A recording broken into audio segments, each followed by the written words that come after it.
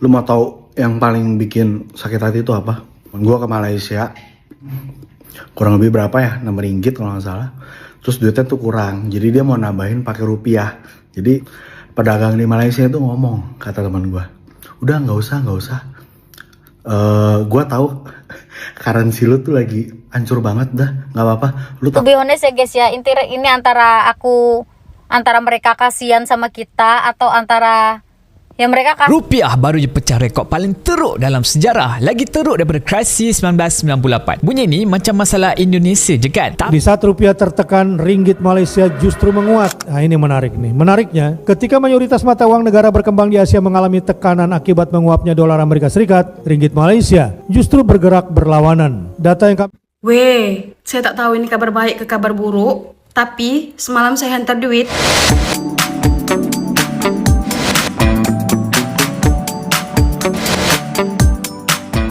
Hai, welcome back to my YouTube channel with me, Sari Ting Ting. Hai semuanya, apa kabar kalian? Semoga dimanapun kalian berada, tetap diberikan kesehatan dan juga dipermudahkan segala urusannya ya. Nah, di sini ada orang Indonesia katanya nak sharing, katanya satu hal ini yang bikin sakit hati, tapi macam mana lagi kan? Ya, inilah sudah terjadi faktanya keadaan Indonesia sekarang. Kawan dia katanya ke Malaysia, uangnya tak cukup disebabkan sekarang mata uang rupiah itu sedang lemah sangat. Jadi karena tak cukup uangnya, jadi dibagikan percuma kepada peniaganya itu katanya. Sebabkan dia mungkin kasihan, sebabkan sekarang nilai tukar sangat-sangat jauh ya. 1 ringgit dah hampir 4.500 rupiah. Oke, bukan hanya di Malaysia saja ternyata, melainkan ini di Singapura lagi ya. Oke, ini antara kasihan ataupun menghina katanya. Oke, so tak apa, kita tonton videonya apa yang diceritakan mereka ini langsung saja. Lu mau tahu yang paling bikin sakit hati itu apa? Temen gue ke Malaysia, dia beli makanan, kurang lebih berapa ya? 6 ringgit kalau nggak salah.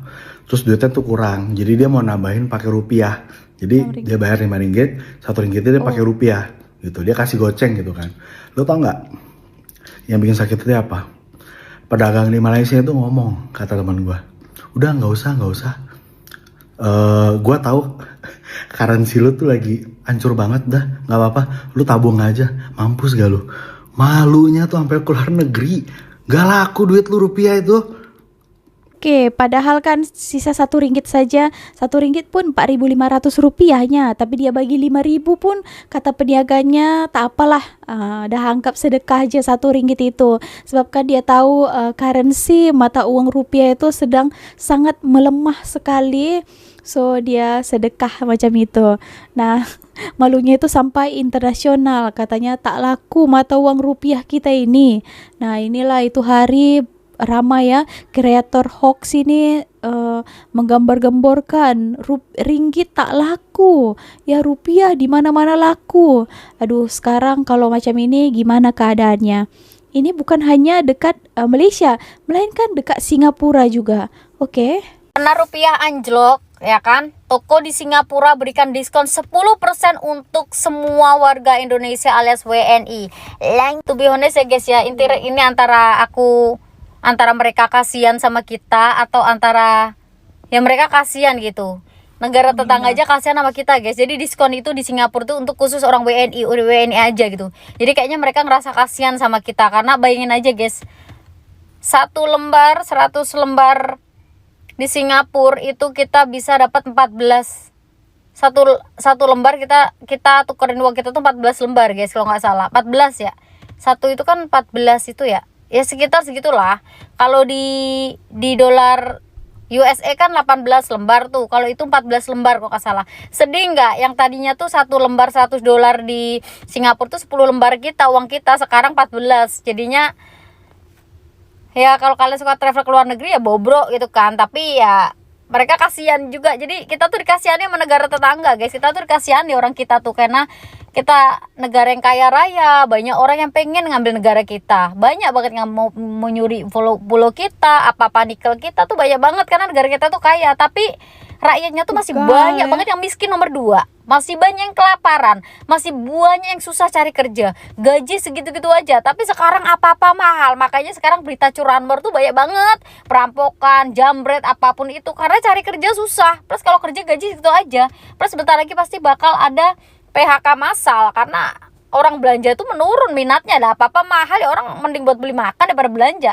Otomatis kalau orang nggak belanja apa ya, otomatis PHK keluar lah, karena perusahaan nggak mampu bayar karyawan lagi gitu loh. Jadi ini antara suatu kebanggaan atau kesedihan, aku nggak tahu deh, sampai dikasihani negara sebelah guys. Thank you. Oke, so itu ya, Singapura pun macam itu juga. Dia bagi untuk orang Indonesia 10%. Mungkin mereka itu kasihan ya, kenapa betul mata uang kita sekarang ini. Jadi ya itu ya, mau bahagia dapat 10%, tapi pun nilai tukarnya pun teruk betul kan. Nah, ini masalah ekonomi saat ini di Indonesia sedang terjadi. Nah, ada yang cakap kan, tak apalah mata uang, kami pun gak pakai dolar kan, macam ungkapan Bapak Prabowo. Tapi faktanya semua apa-apapun mahal ya, barang-barang. Jadi minat rakyat Indonesia itu nak beli-beli belanja dekat sana itu mengurang kan, lebih baik ditabung uangnya. Ya gitu ya. Ini nasib baik saja saya tengok pelancong Malaysia itu masih ada juga ya yang mau datang ke sana. Nah, mau support ya, beli belanja makanan kulineran di Indonesia gitu. So orang Indonesia bersyukur lah ya, masih ada juga pelancong Malaysia yang beli-beli di sana gitu. Oke. Bang, gorengan 10.000.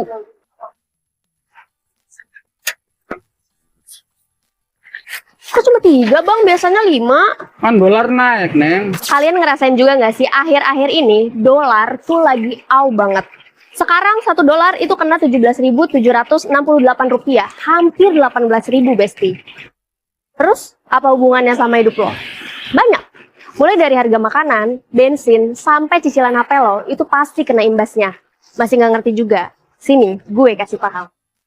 Rupiah baru je pecah rekod paling teruk dalam sejarah. Lagi teruk daripada krisis 1998. Bunyi ni macam masalah Indonesia je kan? Tapi tunggu, sebenarnya ada benda yang sama itu juga tengah senyap-senyap kebas duit korang, kebas duit ringgit kita. Jadi dia akan tunjukkan cara untuk lindung duit korang pada hujung nanti. Jadi sekarang kita nak faham dulu apa yang berlaku. So pada waktu video ini direkodkan pada 3 Jun 2026, 1 US dollar bernilai RM18,000. Dan ada 3 penyebab kenapa duit rupiah jatuh. Yang pertama, harga minyak naik disebabkan Selat Hormuz tutup. And then Indonesia ni pun diorang kan banyak import minyak, and then mereka akan gunakan dolar. So dolar dah semakin mahal lah sekarang. And then yang kedua, banyak pelabur-pelabur asing telah pun tarik duit mereka keluar daripada Indonesia. And then sebab yang ketiga, US dollar itself pun semakin menguat. Jadi korang kena dengar kat sini di mana 3 sebab ini tidak berhenti dekat sempadan Indonesia. Apabila dolar semakin menguat, apa-apa saja yang korang bayar dalam bentuk dolar akan jadi semakin mahal. Daripada Netflix sampailah ke korang punya gadget iPhone korang, semua itu sebenarnya based on dollar. Jadi apabila minyak naik pun, harga barang pun sudah pasti akan naik. Yang tu korang tahu. And then daripada segi duit asing ataupun FDI, apabila mereka keluar ataupun lari daripada market, maka itu pun boleh seret ataupun drag down lah stok-stok Malaysia apabila diorang sell. Tapi inilah benda yang akan kebas duit korang secara perlahan tapi pasti. Jadi jangan panik. Ini bukanlah ulangan yang berlaku pada tahun 1998 ASEAN Financial Crisis. Ketika itu inflasi mencecah 77%. Tapi sekarang inflasi Indonesia hanya 2.4% saja. Jadi tak dapat dinafikan yang ekonomi mereka teruk lah sekarang ni. Tapi belum hancur, belum kiamat. Jadi untuk kita, ringgit lagi kuat daripada rupiah. 1 ringgit sekarang dah dapat RM4,500. So kalau korang pergi Bali, pergi Jakarta, pergi Lombok, memang korang akan rasa makin murah dan korang akan rasa macam jutawan lah. Tapi ingat, duit ringgit kita pun pernah lemah tau dulu. Jadi simpan 100% dalam satu currency, satu tempat saja, dan apabila currency itu jatuh, korang pun akan jatuh sekali. Jadi disebabkan itu, Daud tak simpan semua duit Daud dalam satu currency semata-mata. Jadi Daud pecahkan, ada dalam emas, ada dalam saham dan juga ada dalam kripto. So apabila duit ringgit lemah dilawankan dengan dolar, aset Daud yang berada dalam dolar pula akan naik. So macam Daud dah labur dalam saham US dan juga ETF US dekat Momo. Momo ini platform yang regulated di bawah SC Malaysia. Jadi kalau korang nak try Momo, nak cuba diversify juga, korang mana letak harga dirinya lagi, udah gak berharga lagi, rupiah ini udah gak berharga. Gimana ceritanya ini? Bang bro, rupiah ini udah nggak normal lagi sekarang di 17.800. kemarin ini video saya yang 3 jutaan ini masih 17.400, ratusan poin naiknya beberapa hari. Ini udah nggak normal, serius. Kami yang biasanya bekerja di bagian keuangan perbankan, money changer, dan keuangan pemerintahan itu bisa memprediksi, itu ada namanya kurs prediksi per minggu, itu naiknya 20-30 poin, itu hal normal. Dan sekarang ratusan poin dalam waktu beberapa hari, ini udah nggak normal. Ini serius, ini bisa jadi bom waktu ke kita, bukan cuma US dollar doang, Australian dollar, euro juga, semua mata uang itu naik. Bahkan sampai Thailand, ringgit, bisa kita lihat ringgit itu dari 3.000-an sekarang 4.000-an, itu udah membingungkan naiknya. Lewat video ini mungkin saya bisa memperingatkan teman-teman yang biasanya foya-foya, biasanya boros-boros, hemat. Ini bisa jadi mau waktu hemat-hemat dari sekarang. Jangan terlalu banyak pengeluaran. Mungkin ya ini akan berdampak ekonomi kita. Kitanya dulu kita pikirkan nanti apakah kita sanggup nanti tiba-tiba ada kejadian yang tidak terduga akibat lemahnya rupiah ini. Dan lemah ini bukan lemah biasa, ini udah nggak normal. Di saat rupiah tertekan, ringgit Malaysia justru menguat. Nah, ini menarik nih. Menariknya, ketika mayoritas mata uang negara berkembang di Asia mengalami tekanan akibat menguapnya dolar Amerika Serikat, ringgit Malaysia justru bergerak berlawanan. Data yang kami himpun menunjukkan bahwa ringgit Malaysia menjadi salah satu mata uang dengan performa terbaik di kawasan sepanjang tahun ini. Ketika mayoritas mata uang negara berkembang rontok oleh keperkasan dolar Amerika Serikat, ringgit Malaysia justru mencatatkan rally penguatan yang signifikan hingga menembus ke bawah level psikologi 4 ringgit Malaysia per US dollar. Kondisi tersebut menjadikan ringgit sebagai salah satu mata uang paling tangguh di Asia saat ini. Fenomena ini kemudian memunculkan pertanyaan yang banyak dibahas oleh para pelaku ekonomi. Mengapa dua negara ASEAN yang sama-sama kaya sumber daya alam dapat menunjukkan performa mata uang yang sangat berbeda dalam situasi global yang sama? Kira-kira menurut Anda kenapa? Menurut analis yang dihimpun tim kami, terdapat dua faktor utama yang menopang kekuatan ringgit Malaysia. Satu, booming investasi teknologi dan AI. Oh, itu rupanya. Malaysia saat ini sedang menikmati gelombang investasi besar-besaran pada sektor data center dan kecerdasan buatan atau AI. Perusahaan-perusahaan teknologi dunia seperti Microsoft, Google, Nvidia, dan berbagai perusahaan teknologi global lainnya terus meningkatkan investasi mereka di Malaysia. Masuknya investasi asing dalam jumlah besar menciptakan permintaan tinggi terhadap ringgit sehingga memperkuat nilai tukarnya. Wah. Yang kedua, status sebagai eksportir energi. Malaysia masih memperoleh manfaat besar dari ekspor minyak dan gas alam. Ketika konflik global mendorong harga energi naik, Malaysia memperoleh tambahan devisa dari ekspor energi. Sebaliknya, Indonesia sudah lama menjadi pengimpor bersih minyak bumi. Akibatnya, ketika harga minyak dunia naik, kebutuhan Indonesia terhadap dolar juga meningkat sehingga memberi tekanan tambahan terhadap rupiah. 50.000 rupiah bisa dapat berapa ringgit Malaysia ya, Uncle? 11 ringgit. Banyak nggak itu? Banyak cakap kau Nina, beli apa?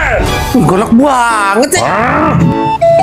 Ya udah, beli nasi kandarnya satu, pakai telur asin, pakai ayam, pakai lem shake, pakai ikan, sama kuahnya banjir. Mana dapat nasi kandang bos better macam tuh? 50.000 kat Malaysia nih, cuma dapat nasi kandang pakai telur aja.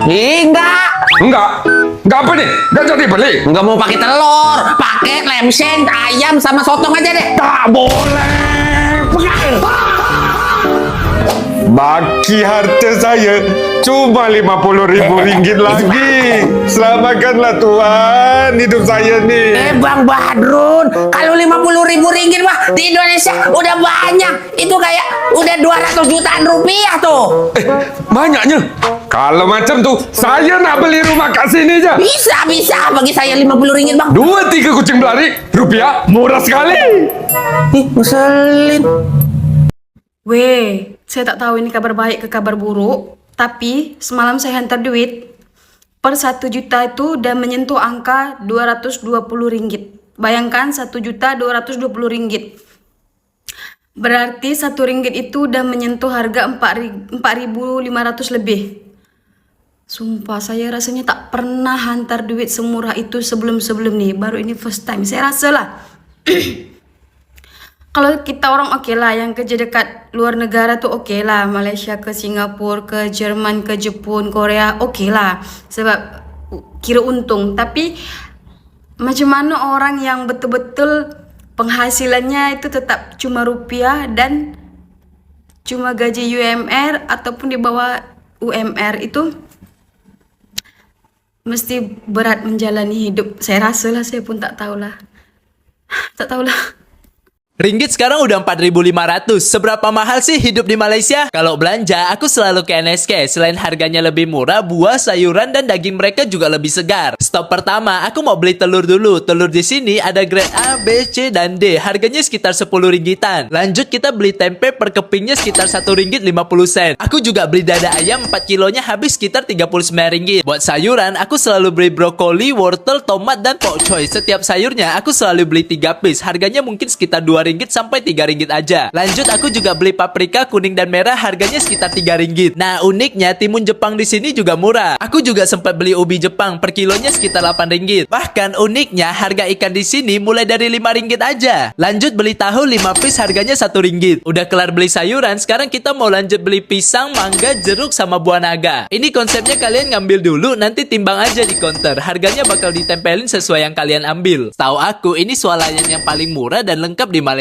Dari pertama aku tinggal di sini, aku selalu belanja di NSK. Nah, total belanja minggu ini sekitar 145 ringgit. Gimana? Mahal nggak tinggal di Malaysia? Tulis pendapat kalian di komen ya. Kok bisa di tengah rupiah yang melemah belakangan ini, ringgit Malaysia justru menguat, bahkan jadi salah satu mata uang terkuat di Asia? Inilah 4 rahasianya. Pertama, mereka nggak cuma ngandelin sawit atau minyak. Malaysia juga pemain semikonduktor dunia. Hampir 13% pasar global untuk pengujian dan pengemasan microchip ada di sana. Saat dunia butuh teknologi, ringgit otomatis juga diminati. Kedua, mereka jadi pusat data center baru di ASEAN. Raksasa dunia kayak Nvidia dan Microsoft investasi miliaran dolar ke sana untuk bangun infrastruktur AI. Ini bukan uang panas yang gampang kabur, tapi investasi real jangka panjang. Ketiga, pemerintah mereka berani ambil langkah nggak populer, potong subsidi tak tepat sasaran untuk menekan defisit negara. Pasar global melihat ini sebagai disiplin keuangan yang dapat diandalkan. Hasilnya, kepercayaan investor naik, ringgit makin kokoh. Terakhir, diplomasi mereka super fleksibel. Saat AS dan Cina bersaing, Malaysia ambil untung dari keduanya. Mereka jadi tempat relokasi pabrik barat, tapi di sisi lain tetap jadi mitra dagang utama Cina, bahkan gabung jadi negara mitra BRICS. Intinya, penguatan ringgit itu buah dari transformasi industri yang matang, bukan instan. Menurutmu gimana? Apa yang bisa kita tiru dari negaranya Upin Ipin ini? Atau kita sudah cukup jago? Dolar 18.000 dan kita masih disuruh tenang, itu adalah kejahatan publik. Gua nggak mau bikin lo khawatir, tapi yang pasti mulai bulan ini dan bulan Juli nanti, daya beli kita semua seluruh bangsa Indonesia menurun drastis. Gaji kita nominalnya sama kan? Tidak ada yang naik kan? Tapi semua barang-barang bakal naik. Ini bukan cuma soal kurs dolar doang, tapi ini soal hidup kita yang lama-lama digerus, bukan karena bencana, bukan karena sesuatu yang di luar kontrol kita, tapi dari keputusan-keputusan yang diambil inkompeten. Gue mau lo sebayangin semua ya, lo nabung, lo rajin banget kerja, lo taruh semua uang lo di tabungan-tabungan lo, bahkan portfolio saham, dan lihat apa yang terjadi sekarang. Bukan karena bencana, tapi karena keputusan-keputusan orang-orang yang besar itu nggak bisa menjaga kita. Dan ini tidak ada penjelasan yang clear, tidak ada langkah-langkah nyata, dan yang ada tiap hari kita cuma tahu nambah lagi pejabat yang korupsi. Kita bukan teriak-teriak karena kita ngelakuin kesalahan, tapi kita teriak-teriak karena harusnya ada yang bertanggung jawab tapi nggak melakukan pekerjaannya. Dan yang lebih mematikan bukan karena cuma sistemnya doang yang rusak, tapi kita terbiasa untuk menjalani sistem yang hancur lebur tanpa komplain. Kalau lo mau diam-diam aja silahkan, kalau gue sih nggak terima ya. Banyak banget sekarang yang mengeluhkan ekonomi di 2026 ya. Sekarang itu kita tahu ekonomi itu sedang sangat melambat, UMKM itu sedang sangat struggle sekarang. Belum lagi inflasi yang sangat-sangat luar biasa. Kita tahu di berbagai sektor itu harga-harga sudah pada naik, diakibatkan harga minyak yang sekarang sudah sangat tinggi. Belum lagi kita mengalami yang namanya depresiasi mata uang ya, dan rupiah kita itu sudah jeblok di 18.000 ke atas. Jadi sekarang itu benar-benar sulit sekali, kalian mau keluar negeri juga susah, terus di dalam negeri itu barang-barang sudah mulai pada naik. Bukan hanya ke US dollar tapi hampir ke seluruh mata uang, dan kita tahu ke yuan China pun kita merosot sangat drastis, dan kita tahu bahwa barang-barang kita itu sudah rata-rata itu barang-barang China ya. Jadi memang barang-barang China pun ikut naik harganya. Dan katanya sekarang itu ada fenomena di warteg-warteg itu sekarang pada pilih lauk-lauk yang murah. Jadi sekarang itu memang bahkan di level warteg pun sudah sangat merasakan dampak dari kesulitan ekonomi dan perlambatan ekonomi di 2026 di Indonesia. Bukan hanya di sektor bisnis tapi di sektor investasi. IHSG kita juga jebol banget. Sekarang itu sudah minus 30% lebih dari awal tahun. Jadi sekarang itu ekonomi itu benar-benar berat banget guys. Pasti semuanya juga pada mengeluhkan hal yang sama ya. Kalau kalian pebisnis di Indonesia, punya teman, punya keluarga, semuanya pasti mengeluhkan hal yang sama. Di sektor offline juga, di sektor online juga. Online kita terpukul karena banyaknya fee tambahan dari aplikasi. Belum lagi masalah persaingan yang sangat ketat sehingga kita harus menurunkan margin. Nah, tapi guys, yang gua paling sesalkan ya di pemerintahan saat ini, di saat ekonomi kita sedang struggle, investasi kita sedang mandek dan ekonomi mulai melambat, muncul kebijakan yang memberatkan pengusaha ya kalau gue lihat, seperti misalnya penerapan pajak 0,5% UMKM yang tidak bisa lagi dipakai di CV dan PT. Gue tahu ini tujuannya untuk menaikkan penerimaan negara karena kita tahu banyak sekali yang menikmati fasilitas ini dengan cara memperbanyak PT dan CV ya agar bisa menikmati pajak UMKM. Tapi yang gue sesalkan itu adalah timing yang mana kita harusnya insentif itu makin banyak, ini malah dipersulit. Margin yang sudah tipis ini malah makin ditipisin lagi. Otomatis ini akan membuat perusahaan sulit ekspansi dan menyebabkan PHK ya. Dan yang kedua yang paling gue sesalkan adalah penerimaan negara yang makin naik itu pun tidak disertai dengan efektivitasnya. Malahan yang kita tahu kemarin itu baru saja kepala BGN itu ditangkap karena dugaan korupsi yang luar biasa. Jadi malahan anggaran yang naik ini malahan dipakai untuk korupsi. Jadi memang sekarang itu pemerintahan sangat membingungkan ya, tidak jelas apa maunya gitu ya, mau memperkaya pejabat sendiri atau mau memperkaya rakyatnya. Ya itu ajalah kritik gue ke pemerintah, semoga pemerintah mendengar. Oke teman-teman, nah itu tadi ya, entahlah sampai kapan stabil lagi rupiah ini, apakah nanti boleh akan kembali menjadi 3.000 lagi ataupun 4.000 saja pun udah syukur ya untuk 1 ringgit. Saat ini saya tengok masih naik turun di 4.500 pun pernah turun sedikit, lepas tuh naik lagi 1 hari. Aduh, kita pun tak tahu macam mana sampai bila juga. Ini rakyat pun sekarang makin ketakutan ya, karena ekonomi di Indonesia makin tak stabil, harga-harga barangan itu makin mahal ya.